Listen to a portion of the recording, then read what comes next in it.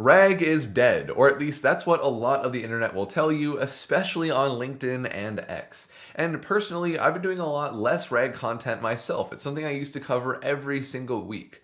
But the narrative that RAG is dead and it's being replaced by other things, this is just simply not true. There is a little bit where this is happening with some use cases, and we'll cover that, but also it's a lot more nuanced, defining what exactly RAG is. Now, there are some use cases, especially around coding, where agents have gotten so powerful with their search capabilities and context windows that we simply don't need traditional RAG anymore. But even though this dominates the internet right now, especially AI coding assistants, this is still in the minority out of all agentic use cases.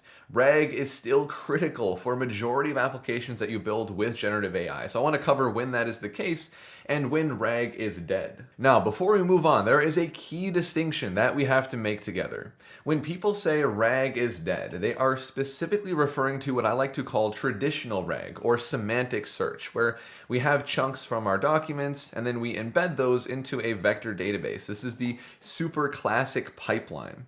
Now, RAG, it's short for Retrieval Augmented Generation. So you can extend the definition of RAG to really any kind of search an agent can perform, because really, RAG is just grabbing any kind of external information, pulling it into the LLM's context window so we can augment its answer, so it has more to go off of. And so everything that I'll cover in this video with what coding agents have been shifting towards, it really is RAG, just a different kind of RAG over our classic semantic similarity search. This is what a lot of people are saying is dead, and it really isn't for most use cases. So the question, is RAG dead? The answer for you depends entirely on your data. How structured is it? So code is a good example of very structured data. We'll cover this in a little bit, but like I said, for a majority of use cases, we are still dealing with very unstructured data because we just have a sea of knowledge that's stored in Google Drive, SharePoint, our SQL database, whatever that is, and we just want to have all that text in our vector database so we can search through it. And the important thing here is with our searching of unstructured data, unlike something like code, we have ambiguous natural language. We want to be able to find synonyms and find text that's similar based on conceptual meaning. These are the kinds of things that the embedding model in the vector database can help us with. It doesn't matter how powerful an agent is with searching with its own tools and with its context window. When we have massive knowledge bases of unstructured data, we need some way to find these synonyms and similar concepts that can be buried across thousands or even millions of documents. That is where traditional RAG is still very much alive. Okay, let me give you my favorite example here. Let's say that we want to find all references to Star Wars spaceships in our knowledge base. Well, if I simply search Star Wars spaceships, I do some kind of regular expression or keyword search like we'll cover here, there is no way that we're going to get every reference to the X-Wing or the TIE Fighter or the Millennium Falcon because it is conceptually similar to our search of Star Wars spaceships, but there's no keyword matching there. It's unlikely the paragraph explicitly says this is a Star Wars spaceship. Maybe it's referenced higher in the document, but probably not in that paragraph that we're trying to pull in. So we're relying on the embedding model to capture that semantic similarity. And so I know this is just a silly and fun example, but I'm sure you can think of a million kinds of searches across your own documents where you would rely on something like this. It's only once we get to exact identifiers and syntax. We have organization directly through file paths. This is where we start to get into very structured data where we don't need semantic search. And we can rely on these tools built into these agents, especially coding agents. That's what I want to cover with you right now. So just for a second here, think about with me the environment in which a coding agent operates. The first thing is for the code in your code base itself, everything is going to be perfectly spelled. Now, of course, you could have a typo in a function name, but that just means your code is broken. So assuming your code is working, that means that everything is perfectly spelled and we have those exact identifiers and syntax. And so regular expression searching, keyword searching, all of that is going to work very well. We're not relying on ambiguous natural language or having to find things based on synonyms and conceptual meaning. And so that is why we don't rely on that semantic search, indexing a code base and putting it in a vector database. Also, think about this. We have built-in organization because we have the file structure, the architecture of our code base. And so the agent can use file navigation tools to go through different folders and hone in on where exactly it's going to be looking for that answer, like a file you want to edit or documentation you want it to read. And then the last thing with coding agents is they live in the terminal. So they have access to all these pretty powerful search tools built right into the operating system, like grep and glob. And so that's what all of these coding agents are relying on now. We have some like Claude Code that started with traditional RAG and moved away, and then others that just never implemented any kind of code base indexing. Which, by the way, if you don't have to have an index for a code base, that is a beautiful thing, because this retrieval pipeline is just another thing we have to maintain with the coding agent, and it is a very difficult problem to keep the indexed code base in sync with the actual changes you are making to the code, because code changes a lot more frequently than most unstructured data that we have in a knowledge base. Most of the time when we have a vast array of documents, very few of them are changing even on a daily basis. And so it's a lot easier to keep things in sync. So I hope it's clear at this point that RAG, or I should say traditional RAG, is very much dead for code, but for most other use cases, it is very much alive. But don't just take my word for it. Let's get into what some of the industry leaders have been saying with these coding agents as they've been moving away from RAG. The sponsor of today's video is Scrimba, a coding education platform that works completely differently from anything else out there. So instead of just watching the video and then going to your own editor to try the concept, you can edit the instructor's code live and see your changes in real time. It's like pair programming with your instructor. So let me pause the video and show you this really quick. So we have our rendering in the top right. I can go to, let's say, header, and I can change this from Chef Claude to Chef Cole, and then I'll run this and boom, take a look at that. We can play around with the ideas as we are going through the video. And this is just the best way to learn how to code, which is very important to do, by the way, so you can build a foundation to work with coding agents and fix the issues that come up when they hallucinate. And Scrimba recently launched their full stack developer path, over 100 hours of content for both backend and frontend, including frameworks like Next.js. And so, like I said, this is your foundation for building any software, even using AI coding assistants. And Scrimba has a lot of free courses to get started, plus with the link in the description, you can get a 20% discount on their pro subscription. So the best example of this is Claude Code. Boris Cherny, he's one of the maintainers of Claude Code. A lot of people take his tweets as gospel. And so when someone asks, why doesn't Claude use embedding models or traditional RAG?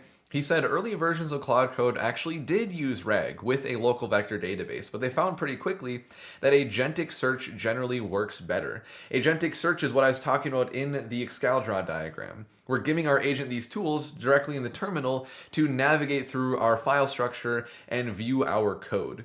And so this is technically still RAG, like I was saying, but there's nothing with a vector database. And so I'll show you this with a live example of Claude Code.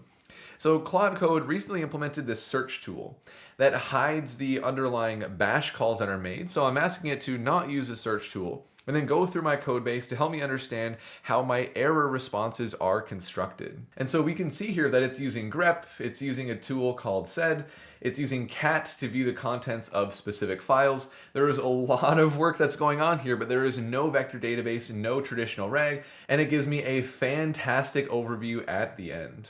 And like I was saying earlier, Claude Code is far from alone. So Nick Pash is one of the original creators of Cline. He put out this article, Why I No Longer Recommend RAG for Autonomous Coding Agents. And it's kind of a hot take because he goes so far as to say that the RAG narrative is a mind virus. And what he means by this is there's this general idea, especially in 2023 and going into 2024, where anytime you need your agent to search something, you need traditional RAG, semantic similarity search. And so people would shove it into any kind of agentic use case. It'd be completely over-engineering. That's the mind virus that he's talking about. And so if you're building a coding agent, think twice about RAG because it's a massive distraction, both for your team and for the agent itself. And I've seen this firsthand because I did a lot of work with Archon last year, RAG for AI coding, which by the way, this is why I'm shifting the vision and working on some things for Archon under the hood. But I've seen it where the chunks that you get back from your knowledge base for your code base, it just kind of confuses the LLM more than it helps. And so you could even argue that these tools like grep are actually more more of a directed and focused search, and that's definitely better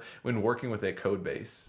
And Aider is another coding agent that's done something very interesting. What they've done is they've implemented a tree sitter, which sounds really fancy, but all that means is that they're giving an index of the code base up front to the coding agent as a part of its system prompt, essentially.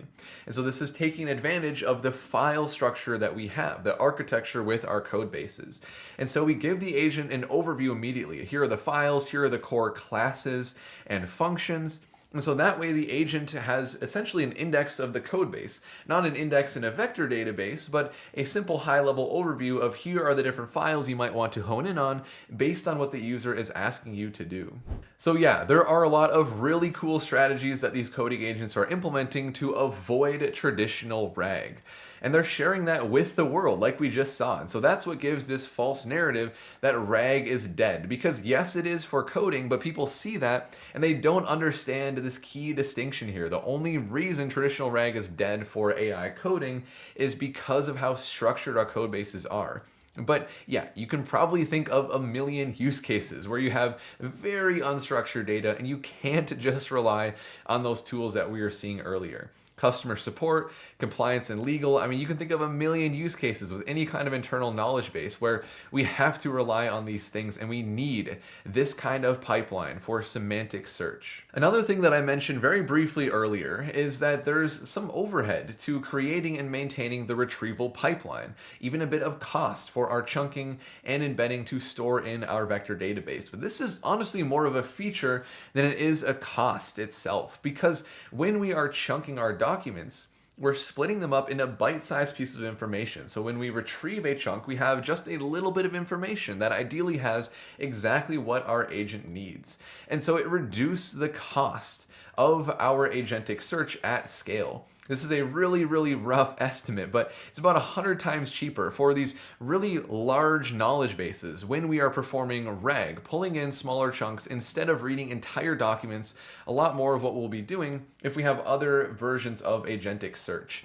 And so for smaller knowledge bases, sometimes it can be hard to justify maintaining a pipeline, but when we really start to scale things, our traditional RAG, building and maintaining this pipeline, becomes a necessity. Like right now, let's just go back to the Claude Code example really quickly. If I were to run all these grep and sed and cat commands, searching through a massive knowledge base of unstructured text, this would be so insanely slow and expensive. Even just this searching right here was pretty slow for me, which is good because we're giving the agent a lot of flexibility for how it finds the answer for us, but it's just not realistic to apply this to a very large knowledge base. We need more of a directed, let's just pull some chunks here, and this should have the information that we're looking for, which obviously that's a bit idealistic, but there are a lot of RAG strategies that I've covered on my channel before. I want to cover more like hierarchical RAG to actually make RAG really accurate so we can rely on just a little bit of information we pull through a few chunks to have what our agent needs instead of going through this massive process like we saw with Claude Code. And this is really starting to get at the last thing that I want to cover with you really quickly, and that is the bridge. Because like I was saying, there are pros and cons to traditional RAG and other kinds of agentic search. And so for some use cases, it can actually be dependent on the specific query over the knowledge base that will determine which strategy do we want our agent to go down. Because what we can do is we can give our AI agent the ability to not just figure out what to search, but also how, based on the specific task. And so we can go down either one of these routes. We give the agent tools to do both. And so this is still RAG, right? This whole video, everything is still RAG, but it's smarter retrieval, because maybe it figures out like, okay, I can do a regular expression to find exactly what the user wants here. So let's go down the route of anything but traditional RAG, some kind of other tool. Or maybe it's like, okay, we definitely need to match to concepts here. So let's go down the route of embedding the user query, sending it into a search in the vector database. And this, my friends, is what I've been doing a lot of exploration with recently. And so certainly interested in doing more content on this, bridging between both worlds, because giving ultimate flexibility to AI agents so it figures out how to do the search, this is becoming more and more viable as large language models and the harnesses around them are getting better and better. So there you go. That is your answer to is RAG dead? For coding, yes. for literally everything else? Definitely not. And so if you appreciate this video and you're looking forward to more things on RAG and AI coding, I would really appreciate a like and a subscribe. And with that, I will see you in the next video.